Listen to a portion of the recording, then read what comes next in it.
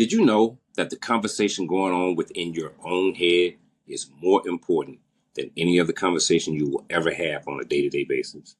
My name is DeCourcy Dumas. I'm a life purpose life coach, and I'd like to share with you what this conversation is actually doing.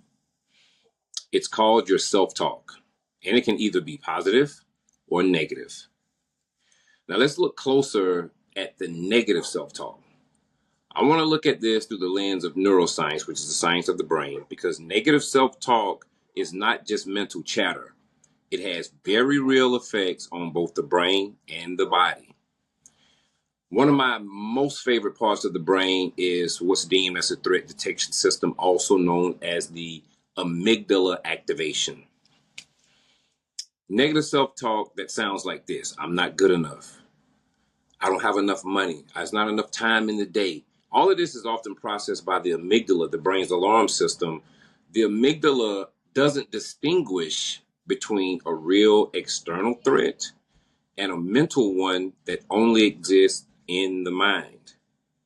Therefore, harsh self-criticism can trigger a fight or flight response, just as if someone else were criticizing you themselves.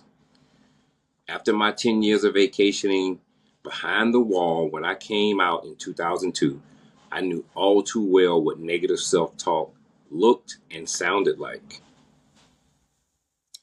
I spent years after my release in a seemingly never-ending state of fight or flight and survival mode.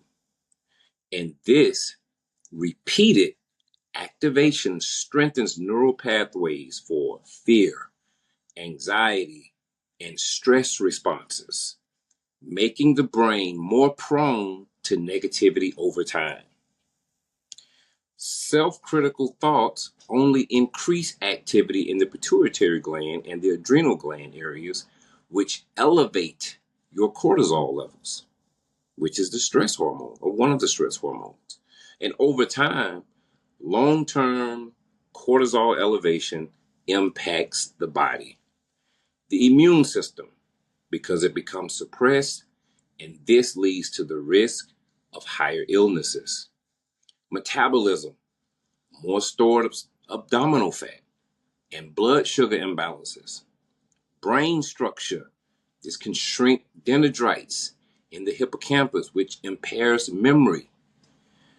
With the brain having the capability of what's called neuroplasticity, or being plastic, with repetition, it simply will rewire itself. Isn't that beautiful?